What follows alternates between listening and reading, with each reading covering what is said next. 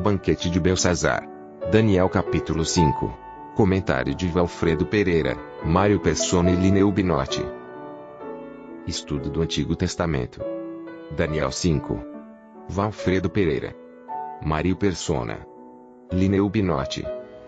O rei Belsazar foi o último do Império Romano, desculpa, do Império Babilônico. E ele, na verdade, uns 3 versículos talvez falam que ele era filho de Nabucodonosor, mas na realidade ele não era filho de Nabucodonosor. Deve ter se passado, se não estou bem lembrado, 28 anos desde que Nabucodonosor tinha já morrido, né? E aí então houve sucessores de filhos de Nabucodonosor, e por fim então esse Belsazar, o pai dele chamava Denabonido ou Nabonadius, e ele foi casado com uma filha de Nabucodonosor. Pelo isso conta na história, né? O dicionário Conciso também fala algumas coisas sobre esse episódio, e é interessante porque ele foi casado com uma filha do Nabucodonosor, inclusive ela era viúva, e os dois então tiveram Belsazar, esse rei, e estavam reinando nesse tempo aqui que nós estamos lendo nesse capítulo. Os dois, o pai e o filho, reinavam. E o pai, né, ele estava em batalha no campo, né, no campo de batalha fora de Babilônia, e Belsazar estava dentro da cidade. E então nós vemos que talvez seja por isso, né, que ele promete, né, aos magos, aos sábios de Babilônia, e também a Daniel, que se ele revelasse, fizesse suas interpretações do que estava escrito, né, na parede, ele seria o terceiro no seu reino, querendo falar que ele era o pai dele, mais ele, e daí seria então o terceiro dominador no reino, que seria então dado a esse que interpretasse esse sonho. E aí Daniel então acaba por interpretar o sonho, o escrito, né, na parede, e isso sucedeu realmente naquela mesma noite. Esse rei foi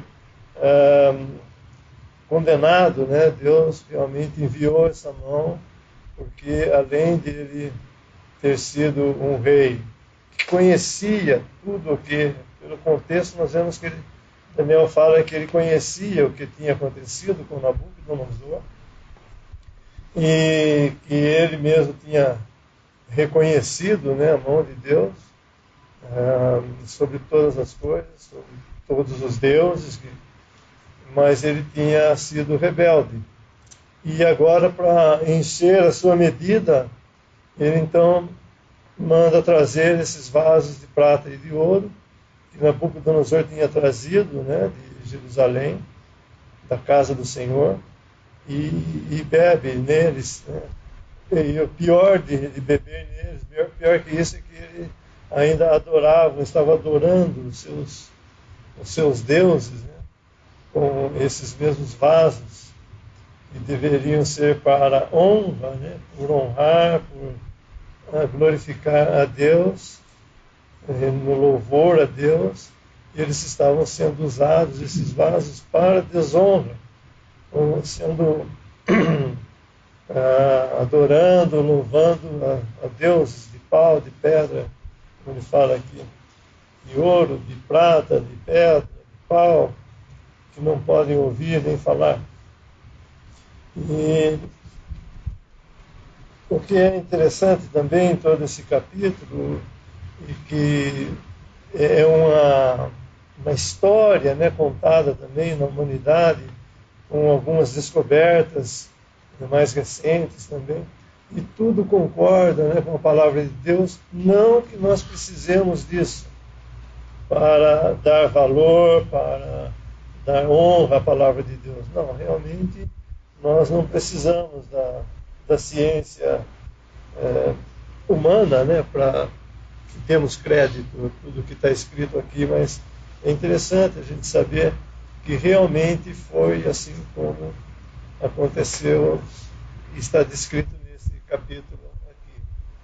Tanto que sabe-se que esse dia foi um dia escolhido para que Ciro e Dario, né, e eles invadissem Babilônia, porque era um dia que não só o rei estava festejando, mas toda a cidade estava em festa, em louvor aos seus deuses nesse dia.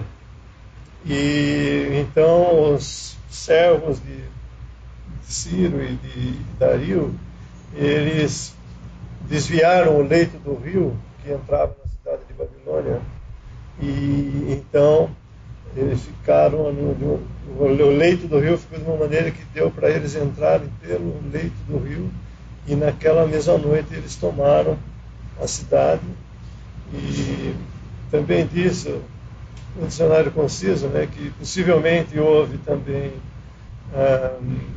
algumas facilidades, algumas coisas feitas por alguns que eram traidores, né, que estavam dentro da cidade, que eram dos babilônios, e com essa ajuda também, então eles tomaram toda a cidade, e o rei mesmo, Belsazar, foi morto nessa mesma noite. E parece que pela história também o pai dele, que estava fora no campo, foi derrotado, mas não foi morto nessa mesma noite, mas o Belsazar, sim.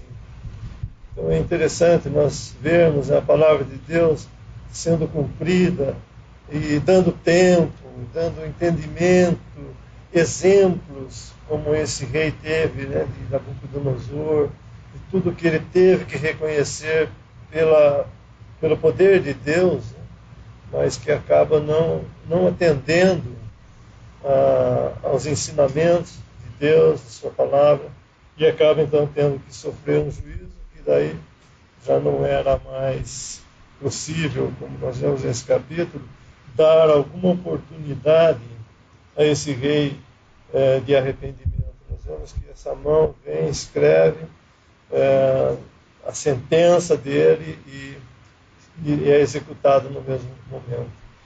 Então isso é muito interessante e muito instrutivo para nós também.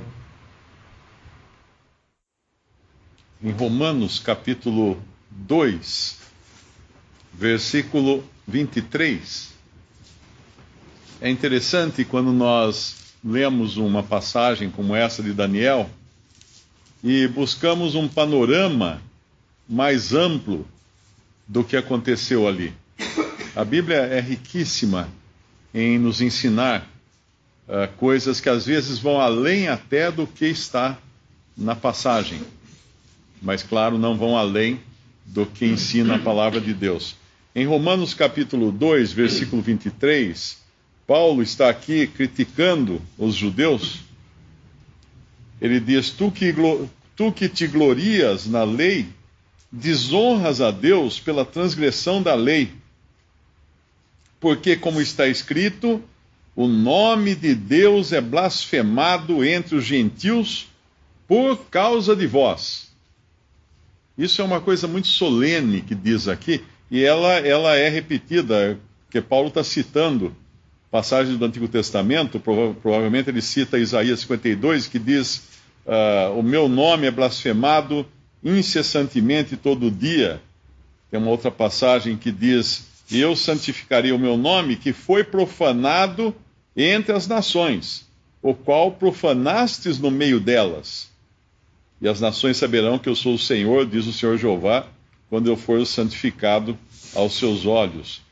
Então as nações profanaram o nome de Deus, e isso por causa do povo de Deus. Essa que é a parte interessante desse capítulo nosso. Porque se nós perguntarmos como poderia esse rei gentil utilizar os utensílios de ouro e de prata, do versículo 2, havendo Belsazar provado o vinho, mandou trazer os utensílios de ouro e de prata que Nabucodonosor, seu pai, tinha tirado do templo, que estava em Jerusalém, para que bebessem neles o rei, os seus grandes, as suas mulheres e concubinas. Quem patrocinou isso? Quem patrocinou essa festa, fornecendo todos os utensílios para que fossem usados de uma maneira totalmente inversa àquela que Deus tinha determinado para aqueles utensílios? Quando a gente volta na história, eu creio que é o rei Ezequias, não é? Que mostrou tudo que tinha no seu palácio e tudo que tinha no templo para os seus inimigos. E Deus avisou Ezequias: tudo isso que você mostrou, eles vão buscar depois. Como que ele se gabava da riqueza que havia em Israel.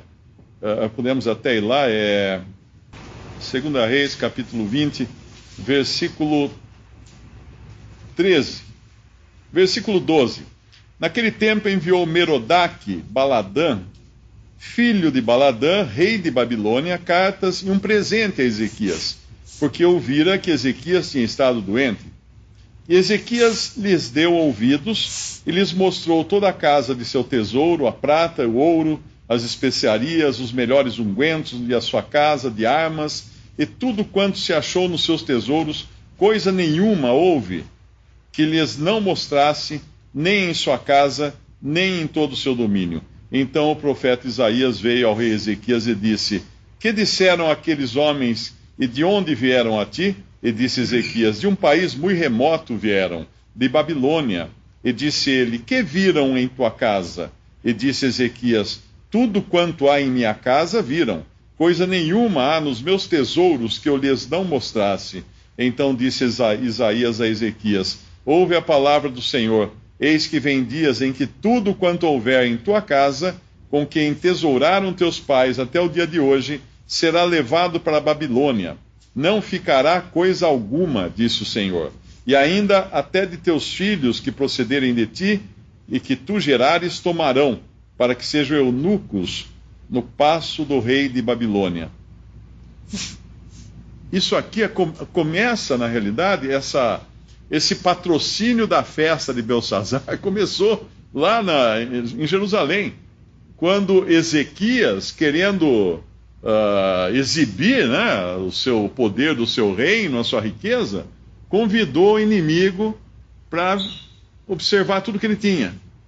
E ali foi lavrado já essa sentença do profeta Isaías do que iria acontecer com todas aquelas riquezas. Mas quando a gente volta um pouco mais atrás, por que Ezequias teria feito isso, né? Se nós voltarmos um pouco antes, no mesmo capítulo, nós vemos que ele estava doente.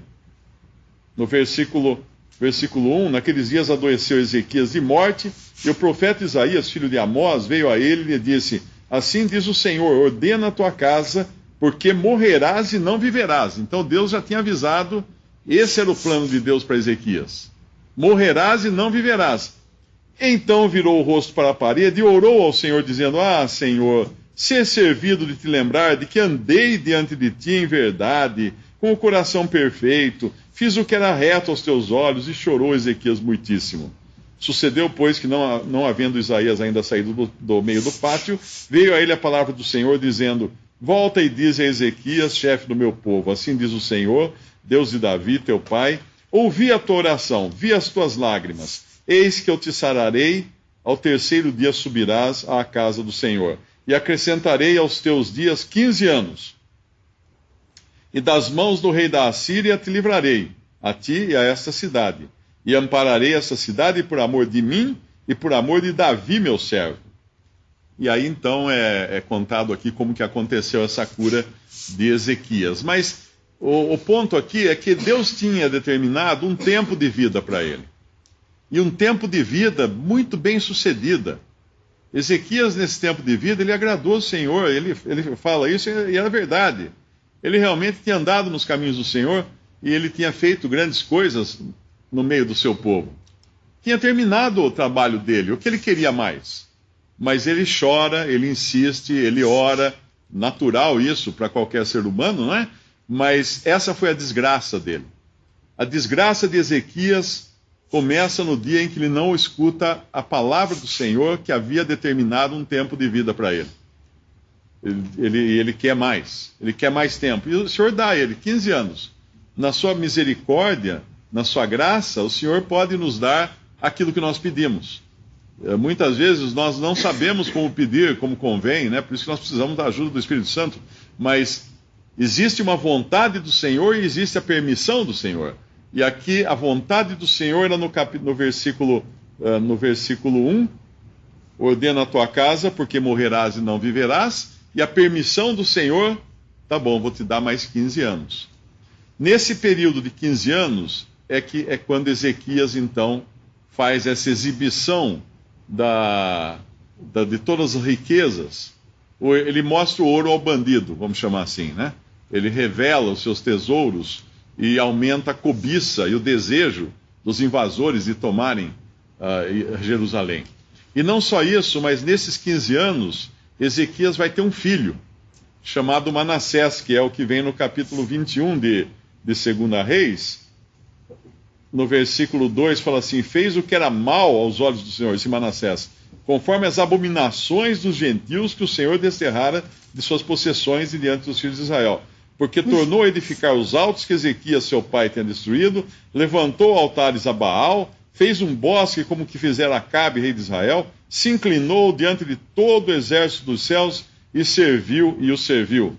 E edificou altares na casa do Senhor, de que o Senhor tinha dito: em Jerusalém porei o meu nome. Também edificou altares a todo o exército dos céus em ambos os átrios da casa do Senhor.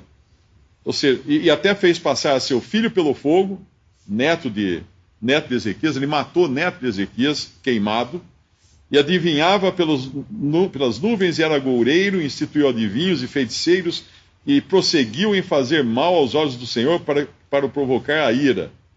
Também pôs uma imagem de escultura do bosque que tinha feito na casa de que o Senhor dissera a Davi e a Salomão, seu filho. Nesta casa em Jerusalém, que escolhia todas as tribos de Israel, porei o meu nome para sempre.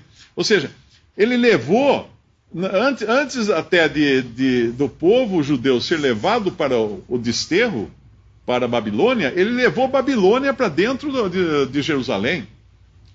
Ele levou a adoração aos ídolos, a Baal, para dentro de Jerusalém. Segundo os historiadores, a estátua de Baal era feita de metal, era um gigante, né, de metal, com os braços estendidos para frente e um buraco no peito. E eles colocavam, Baal exigia sacrifícios humanos. Então eles punham fogo dentro dessa estátua de metal, como se fosse um grande forno, não é? E esses braços eram ligeiramente inclinados para dentro.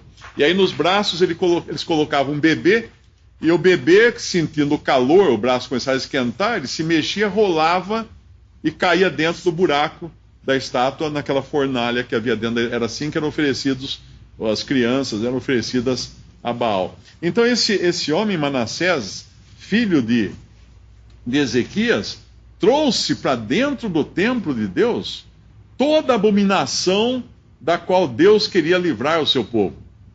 Então começa, na realidade, quando a gente vê um gentil oferecendo uma festa e usando os vasos de ouro e de prata do templo e tudo, isso é café pequeno perto do que fez um do próprio povo de Israel, que era o filho de Ezequias, nesse período justamente que Ezequias preferiu ficar vivo, esse período de 15 anos.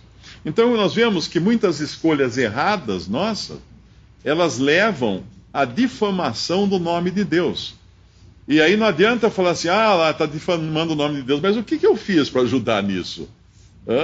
Qual foi o Baal que eu trouxe para dentro da minha vida para que os gentios para que os pagãos difamassem o nome de Deus?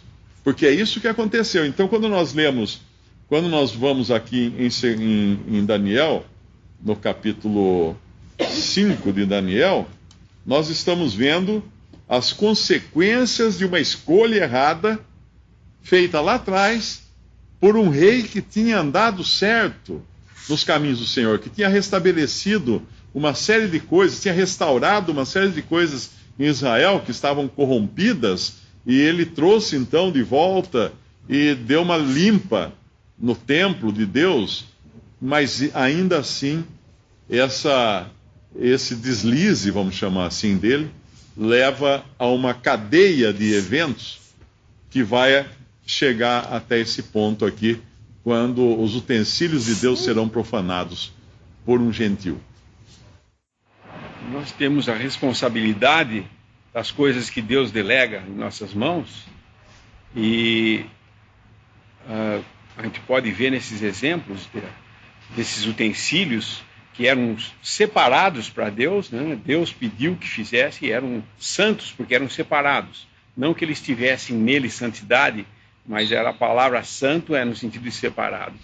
E o fato de Ezequias, como que querendo se gloriar de mostrar todas essas coisas, que nem a ele pertencia, na realidade era para Deus, era separado para Deus, não era separado para Ezequias, ele permite que esses babilônios, entrando lá, vejam tudo isso e cobicem essas coisas. Por essa razão,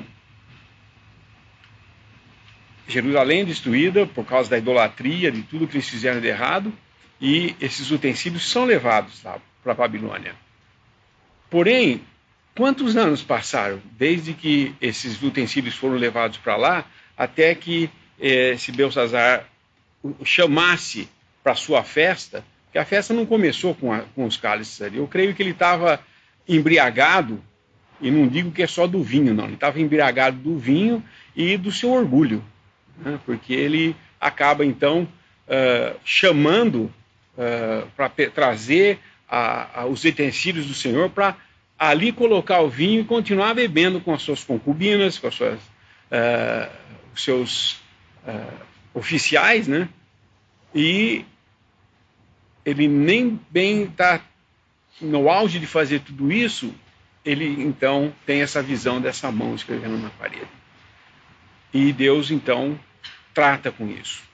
Isso para nós é também uma lição, uma figura para nós das coisas do Senhor. Como nós conduzimos as coisas do Senhor. Porque Deus vai cuidar daquilo que é dele. Mas quando ele delega a nós o cuidado de alguma coisa, não é porque ele vai cuidar que nós devemos ser descuidados. Muito ao contrário. Então, mesmo que nós venhamos a fazer tudo isso, nós vamos sofrer as consequências de ser desleixado com as coisas do Senhor, porém, o Senhor vai cuidar. A mesma coisa aconteceu com a arca. Quando os filisteus levaram a arca, por falha dos israelitas, eles levaram a arca. O que aconteceu? Deus mesmo é que manteve a glória da arca, né? Nós sabemos a história que a arca foi colocada diante de Baal, e no dia seguinte a estátua de Baal estava caída de frente. Dagon estava caída de frente para a arca. Eles levantaram a arca, no dia seguinte outra vez estava caída. Então eles ficaram com tanto medo da arca que eles leva embora esse negócio aí, que eles começaram a ficar doentes. O que significa isso? Ainda que nós venhamos a falhar nas coisas e permitamos que os ateus, os incrédulos desse mundo venham a vituperar o nome do Senhor por causa da nossa conduta, todavia o Senhor continua guardando a sua santidade. E nós sofremos a consequência disso também. Assim como nós vemos no caso desse rei, Ezequias, e agora nós vemos aqui um gentil usando os utensílios como que zombando de Deus, porque ele pega os utensílios santos para tomar o vinho e para louvar a ídolos. Deus nunca permite isso.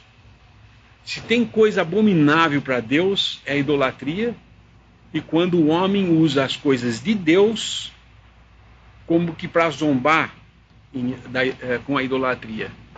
E ele visita sim, o que o aborrece até a sua 3ª e 4ª geração, diz em Deuteronômio. E nós vemos aqui, Nabucodonosor fez tudo o que fez, né? Além de trazer outros utensílios, também se orgulhou, fez uma estátua, e apesar de ter visto tudo o que teve, que Deus revelou por meio de sonhos para ele, e que Daniel revelou também pelo poder de Deus,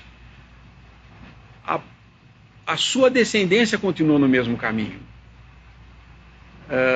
Alguns acreditam que esse Belsazar tenha sido um neto de Nabucodonosor, porque na palavra fala pai, no sentido de pai, né, avô, tudo mais, são pais, né, os pais. Mas era Deus visitando, né, nessa geração. Mas aqui acontece uma coisa, não só ele estava tratando com esse Belsazar, que estava fazendo uma coisa errada, julgando ele. Aqui a condenação é de todo o reino, porque a partir dele muda, da cabeça agora vai para a prata, né? Vai para o pescoço, o tronco, naquela estátua que Nabucodonosor tinha sonhado, onde ele era o primeiro, agora já era um outro reino que estava entrando, o Medo-Persa, intermédio de Dário, que agora começa a governar nesse período que a gente chama, que é o período dos gentios, onde o governo das coisas no mundo Deus entregou na mão dos gentios, e agora o primeiro reino já está caindo. Agora nós vamos entrar no segundo. E assim vem todos os reinos, depois desse cai, vem outro, e assim até o romano, até chegar no final da estátua, que vai ser o fim, quando outra vez as nações vão se organizar contra as coisas de Deus. E é interessante isso, vão fazer o templo, vai querer sentar no trono como se fosse Deus, e vai zombar das coisas de Deus, de novo. E Deus então vem e destrói o último dos reinos dessa estátua, que é o reino romano revivido. São as 10 nações, na figura dos 10 dedos da estátua. Deus não se deixa zombar. Tudo que o homem fizer que não for independência para a honra dele, não vai permanecer, e Deus vai cobrar do homem. E assim a responsabilidade hoje do cristão é andar para que não seja nem tropeço para Israel, nem para o gentio, e nem para a igreja de Deus. Então o nosso andar nesse sentido, no sentido de levar a verdade que nós temos. Quanto temos recebido de Deus e o que temos feito com isso. E é Deus mesmo quem vai cuidar dessas coisas, se nós não cuidarmos.